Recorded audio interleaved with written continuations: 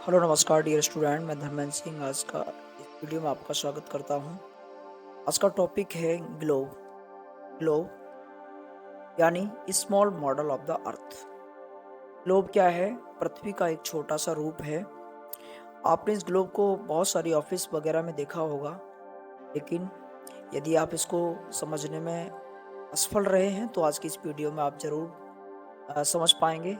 इसके बारे में पूर्ण रूप से समझने में कई वीडियो बनाना पड़ेगा, लेकिन आज हम एक फर्स्ट वीडियो बना रहे हैं जिसमें आप ग्लोब का इंट्रोडक्शन समझ पाएंगे। तो ग्लोब जो है, इसमें आप जो लाइन देख पा रहे हैं, ये जो लाइन आप देख रहे हैं, ये कहीं ना कहीं इन लाइंस को क्या क्या किस किस नाम से जानते हैं। तो इसलिए सबसे पहले हम शुरुआत करेंगे आज की इन सीधी लाइनों को। ऊपर से जो आप नीचे की तरफ लाइनें आते हुए देख रहे हैं, इन लाइनों को क्या कहते हैं? तो इन लाइनों को हम देशांतर रेखा कहते हैं। क्या कहते हैं? देशांतर रेखाएं।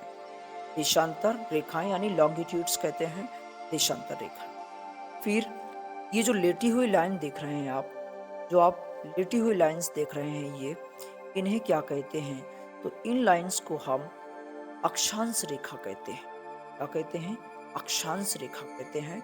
अक्षांश रेखा, इन्हें हम लेटीट्यूड के नाम से भी जानते हैं। इंग्लिश में बोले तो अक्षांश रेखाएं और देशांतर रेखाएं आप समझ चुके हैं। इस पृथ्वी को, संपूर्ण पृथ्वी को दो भागों में बांटने वाली रेखा जो पृथ्वी के बीचों बीच से गुजरती है, इसे हम विषुवत रेखा कहते हैं। विषुवत रेखा के नाम से जानते हैं। तो विषुवत रेखा किसे कहते हैं? आप कहेंगे पृथ्वी को दो भागों में बांटने वाली रेखा को विषुवत रेखा कहते हैं। इससे ऊपरी भाग को क्या कहते हैं और निचले भाग को क्या कहते हैं? तो इस पूरे, यानी ये पूरा गोला है। क्या है? गोला। इस गोले को दो भाग में बांटने वाली रेखा कौन सी है? तो आप कहेंगे वो है आपकी विषुवत रेखा। लेकिन ऊपरी गोले को क्या कहेंगे? तो इस गोले को हम उत्तरी गोलार्ध के नाम से जानते हैं। उत्तरी गोलार्ध के नाम से जानते हैं, यानी उत्तर की तरफ आधे गोले को उत्तरी गोलार्ध कहेंगे, और उत्तर के नीचे, अर्थात सॉरी, इस विषुवत रेखा के नीचे वाली लाइन को हम दक्षिणी गोलार्ध के नाम से जानते हैं। तो आपसे प्रश्न पूछा जाता है कि उत्तरी गोलार्ध कहाँ होता है? तो आप कहेंगे विषुवत रेखा के ऊपर होता है। और दक्षिणी गोलार्ध कहाँ होता है? तो विषुवत रेखा के नीचे होता है। अच्छा, चलिए आगे हम बात करेंगे कि इस विषुवत रेखा के ऊपर के उत्तरी ध्रुव और निचले दक्षिणी ध्रुव के अंतिम छोरों को क्या कहते हैं? तो इन छोरों को हम उत्तरी ध्रुव तथा निचले वाले सिरे को, इसे हम दक्षिणी ध्रुव के नाम से जानते हैं। दक्षिणी ध्रुव के नाम से जानते हैं। यानी उत्तरी ध्रुव किसे कहते हैं? तो आप कहेंगे विषुवत रेखा के सबसे उच्चतम बिंदु को उत्तरी ध्रुव और विषुवत रेखा के सबसे निचले बिंदु को दक्षिणी ध्रुव के नाम से जानते हैं। इसी विषुवत रेखा के पास दो लाइन बहुत ही फेमस हैं, जिन लाइंस को हम किन किन नामों से जानते हैं, आइए समझते हैं। ये बीच वाली जो लाइन है, ये है आपकी विषुवत रेखा। कौन सी है? विषुवत रेखा। लेकिन इसके ऊपर ये वाली रेखा, इस विषुवत रेखा का नाम है 0 डिग्री अक्षांश। 0 डिग्री अक्षांश के नाम से भी इसको जाना जाता है। इसके बाद हम बात करेंगे इस ऊपर वाली लाइन को, तो इसको हम 23.5 डिग्री अक्षांश के नाम से जानते हैं।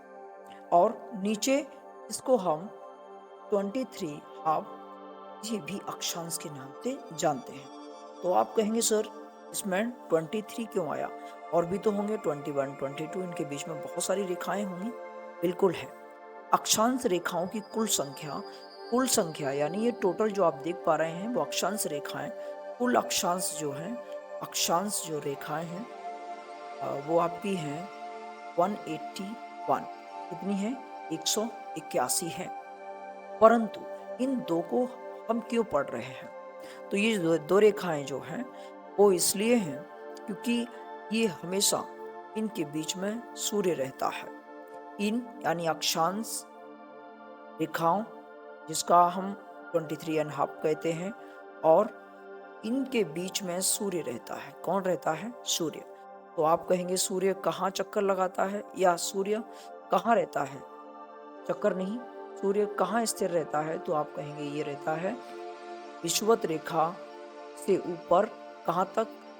23.5 डिग्री अक्षांश, जिसे हम कहते हैं कैंसर यानी कर्क रेखा। कर्क रेखा।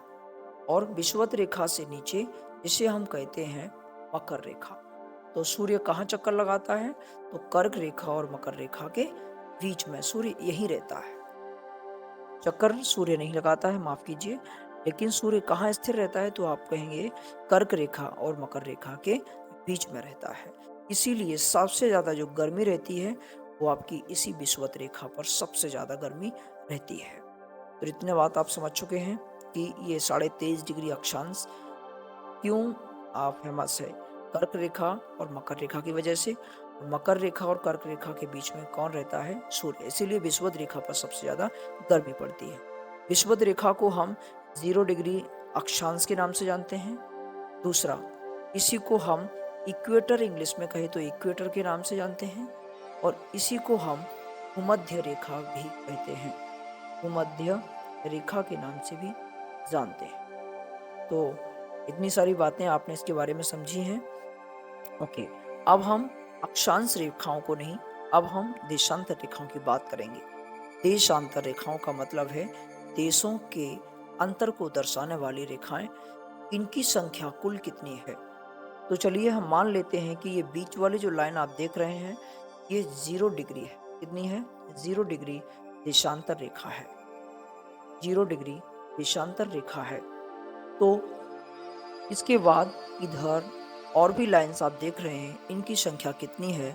तो हम कहेंगे ये है 180 डिग्री तक, यानी 180 डिग्री तक ये रेखाएं हैं।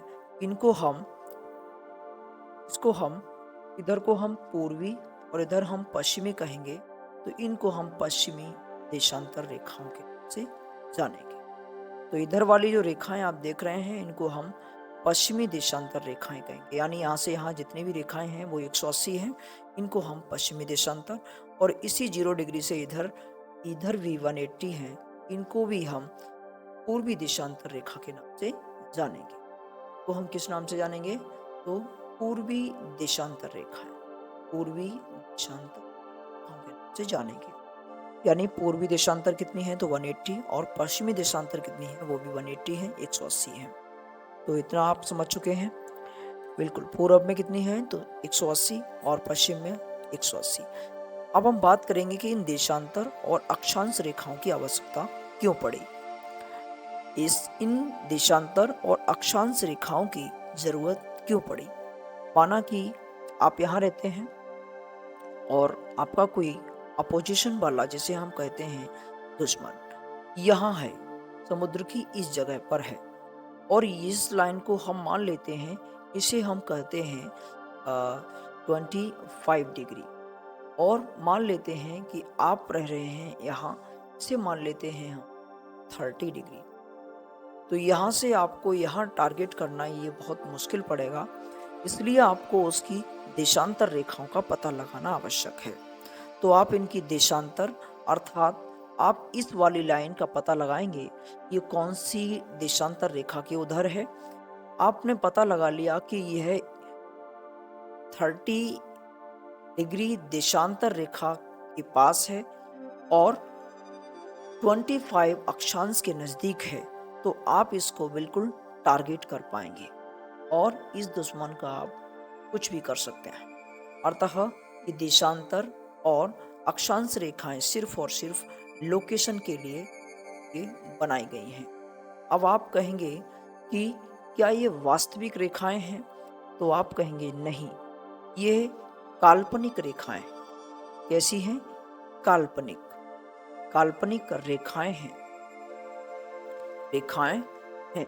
ये वास्तविक नहीं है। वास्तविक नहीं है। ये कैसी हैं? काल्पनिक रेखाएं हैं। अर्थात ऐसी रेखाएं जो सिर्फ और सिर्फ पूरी पृथ्वी को समझने के लिए खींची गई रेखाएं। ये वास्तव में सिर्फ और सिर्फ ग्लोब पर ही खींची गई हैं। पृथ्वी पर नहीं। तो आज की वीडियो हम यहीं स्टॉप करते हैं, बिकॉज वीडियो लंबा हो जाएगा और हम नेक्स्ट वॉल्यूम में आपको पृथ्वी के बारे में और कुछ इम्पोर्टेंट फैक्ट्स बताएंगे। तो आज के लिए इतना ही, दैट्स सफिशिएंट फॉर टुडे। यदि आपको वीडियो अच्छा लगा हो तो प्लीज़ अपने दोस्तों के साथ शेयर करें और वीडियो को लाइक कमेंट करना नहीं भूलें। तो आज के लिए इतना ही, that's sufficient for today. Now discuss next. तब तक के लिए जय हिंद, वंदे मातरम।